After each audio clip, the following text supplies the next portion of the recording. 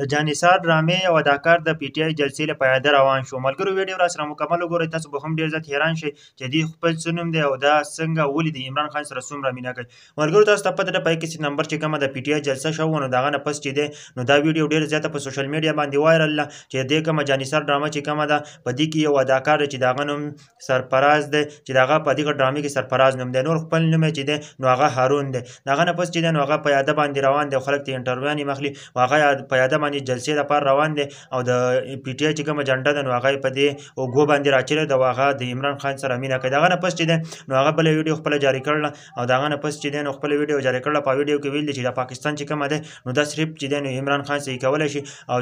زما عمران خان چې دی نو ډېر زیات خوښېږي. سرفراز که تاسو ووینئ نو په دې چې چېرته ډرامې نو دا نیګیټیو کردار په دې کې ادا کوي نو دغه نه پس چې دی د خلکو ډېر زیات بدې شي، ځکه خو چې خلکو ډېر زیات بدې شو په جانثار ډرامه کې چې دی کومه کردار دی مکمل طور باندې زیرو دی. دغه نه پس چې دی نو د خلکو ډېر زیات خوښ شو ځکه چې د پی ټی آی جلسې له دا پیاده باندې روانو او 100 کیلومتره چې لاره چې دی نو دا په دې پیاده باندې وواله او جانثار ډرامې چې کومه اداکار دی نو هارون نوم دی خپل او سرفراز نوم چې دی نو په دې